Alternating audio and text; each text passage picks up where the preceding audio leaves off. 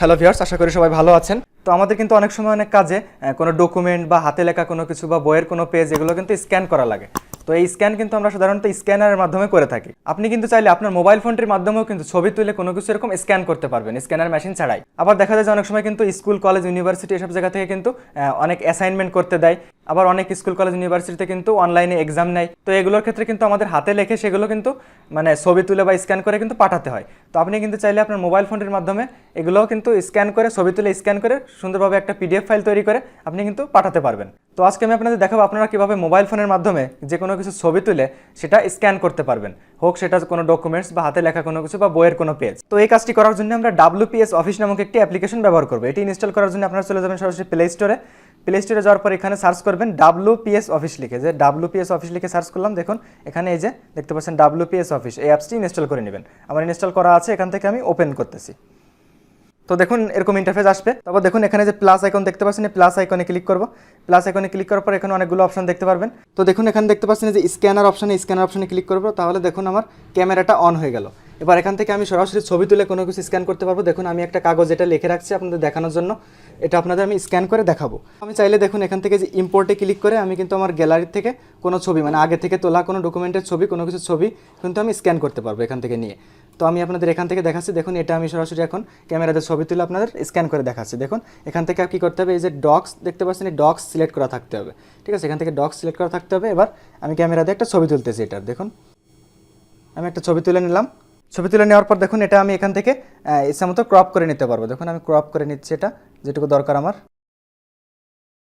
দেখুন এটা আমি ক্রপ করে নিলাম এরকম। তারপর নিচে যে ডান পাশে টিক চিহ্ন এখানে ক্লিক করলাম। এখানে ক্লিক করার পর দেখুন ক্যামেরায় আবার চলে আসলাম। এবার এখান থেকে কী করতে হবে, এই যে ডান অপশন দেখতে পাচ্ছেন, এই ডান অপশনে ক্লিক করব।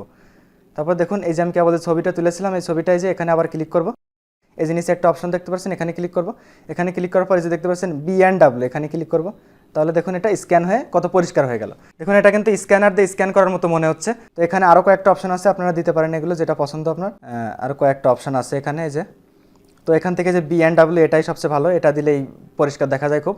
এবার এটা কিন্তু চাইলে আমি দেখুন এখান থেকে একটা ফটো হিসেবে সেভ করে রাখতে পারবো গ্যালারিতে, বা PDF ফাইলও তৈরি করতে পারবো। দেখুন যদি আমি এটা JPG ফাইল অর্থাৎ ফটো হিসাবে সেভ করতে চাই গ্যালারিতে, তাহলে দেখুন এখানে উপরে যে 3 ডট মেনুতে ক্লিক করব। তারপরে যে সেভ টু অ্যালবাম এখানে ক্লিক করলে দেখুন আমার এটা কিন্তু গ্যালারিতে সেভ হয়ে গেল এই একটা ফটো হিসেবে, JPG ফাইল হিসেবে। দেখুন এটা যদি আমি PDF ফাইলে সেভ করতে চাই, তাহলে তার জন্য কী করতে হবে, দেখুন এই যে এক্সপোর্ট ডকুমেন্ট একটা অপশন নিচের দিকে দেখতে পাচ্ছেন, এখানে ক্লিক করব। এখানে ক্লিক করার পরে যে এক্সপোর্ট টু PDF এখানে ক্লিক করব। তারপর দেখুন নিচে এই যে দেখতে পাচ্ছেন সেভ অপশনে ক্লিক করব। তারপর এখান থেকে এই যে ফোন মানে আমার স্টোরেজ, দেখুন এখানে ফোনে ক্লিক করব। এবার আপনাকে এখান থেকে ফোল্ডার সিলেক্ট করে দিতে হবে কোন ফোল্ডারে আপনি এটা সেভ করবেন। তো আমি সরাসরি স্টোরেজের মধ্যে এখানে করে দিচ্ছি। দেখুন এখানে আপনি চাইলে ফাইলের নাম দিয়ে দিতে পারবেন। আমি এটা চেঞ্জ করে আমার নাম দিয়ে দিচ্ছি। দেখুন আমি এটা চেঞ্জ করে সাপোজ আমার নামটা দিয়ে দিলাম। তারপরে যে এক্সপোর্ট টু PDF এখানে ক্লিক করলে এটা আমার PDF ফাইল হিসেবে সেভ হয়ে গেল। তো দেখুন আমি ব্যাকে চলে আসলাম। এবার এখান থেকে যে নিচে অপশন দেখতে পাচ্ছেন অ্যাড স্ক্যান, এই অ্যাড স্ক্যানে ক্লিক করে কিন্তু আমি আবার দেখুন আরও ছবি তুলে কিন্তু এখান থেকে অ্যাড করতে পারবো। আরও অনেক ছবি তুলে আমি এখান থেকে সব অ্যাড করতে পারবো, স্ক্যান করে অ্যাড করতে পারবো। তো আমি দেখুন কী করবো, এবার আপনাদের আরেকটা ফাইল নিয়ে দেখাচ্ছি। দেখুন এবার আমি ছবি তুলবো না, এবার আমি যে ইম্পোর্ট দেখতে পাচ্ছেন এই ইম্পোর্টে ক্লিক করবো। ইম্পোর্টে ক্লিক করে আমার গ্যালারি থেকে আমি আগে থেকে তোলা একটা ছবি নিচ্ছি। সাপোজ আমি এইটা নিলাম, এটা আমি আগে থেকে ছবি তুলে রেখেছিলাম মোবাইলে। এই যে উপরে এখানে ক্লিক করে নিচে থেকে ওকেতে ক্লিক করব। তারপর দেখুন এই ফটোতে আমি আবার ক্লিক করব। তারপর এখান থেকে দেখুন আমি এটা রোটেট করে নেব। এটা বাঁকা হয়ে আছে, এটা আমি রোটেট করে নেব। দেখুন রোটেট করে সোজা করে নিলাম। প্রথমে কী করবো, এটা ক্রপ করবে, ক্রপ অপশনে ক্লিক করলাম। তো আমি ক্রপ করে নিলাম, তারপরে ওকেতে ক্লিক করলাম।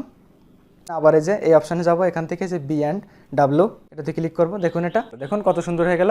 তো এটা আমি আগের মতো চাইলে এখান থেকে এই যে সেভ টু অ্যালবামে দিলে কিন্তু এই যে আমার গ্যালারিতে সেভ হয়ে গেল, স্টোরেজে সেভ হয়ে গেল একটা ফটো হিসেবে, JPG ফাইল হিসেবে।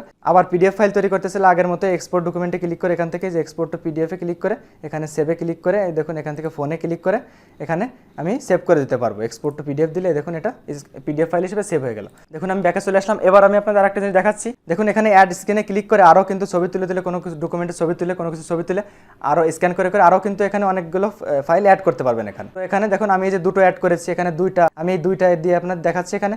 তো এখানে অ্যাড স্ক্যানে ক্লিক করে আপনারা আরও ফাইল নিতে পারবেন, আরও ডকুমেন্ট স্ক্যান করে এখানে অ্যাড করতে পারবেন। তো আপনারা যদি চান এখন এই সবগুলো ফাইল নিয়ে একটা পিডিএফ ফাইল তৈরি করবেন। মানে এটা কিন্তু আমাদের সবথেকে বেশি প্রয়োজন হয়, যে দেখা যাচ্ছে যে অনেকগুলো পেজ, সেগুলো ছবি তুলে তুলে স্ক্যান করে আমাদের কিন্তু একটা পিডিএফ ফাইল তৈরি করা লাগে। আমি মনে করেন এই দুইটা দিয়ে একটা পিডিএফ ফাইল তৈরি করব। তো সবগুলো মিলে একটা পিডিএফ ফাইল তৈরি করার জন্য আমরা কি করব, দেখুন এই যে স্প্লাইস যে অপশনটা দেখতে পাচ্ছেন, এখানে ক্লিক করব। এখানে ক্লিক করার পর দেখুন এই দুইটা একটা ফাইলে চলে আসলো। তো এখন আমরা কি করব, এই যে এক্সপোর্ট টু পিডিএফ এখানে ক্লিক করব। তারপরে যে ফোনে ক্লিক করব। ফোনে ক্লিক করার পর এবার দেখুন এখান থেকে আবার নাম দিয়ে দিব। আমি আগে একটা নাম দিয়েছিলাম, তমাল দিয়েছিলাম, এই জন্য এটা আমি তমাল 2 দিয়ে দিচ্ছি। দেখুন দেওয়ার পরে এখানে আবার সেভে ক্লিক করলাম। এখন এই দুইটা পেজ মিলে কিন্তু আমার একটা পিডিএফ ফাইল সেভ হয়ে গেল। তো ভিউয়ার্স, আশা করি সম্পূর্ণ ভিডিওটি বুঝতে পারছেন। ভিডিও সম্পর্কে কোনো কিছু জানার থাকলে অবশ্যই আমাকে সেটা কমেন্ট বক্সে জানাবেন। ভিডিওটি ভালো লাগলে অবশ্যই একটি লাইক দিবেন। আর আপনি যদি এই চ্যানেলটি সাবস্ক্রাইব না করে থাকেন তাহলে প্লিজ নিচ থেকে সাবস্ক্রাইব করে দিয়ে পাশে থাকা বেল আইকনে ক্লিক করে দিবেন।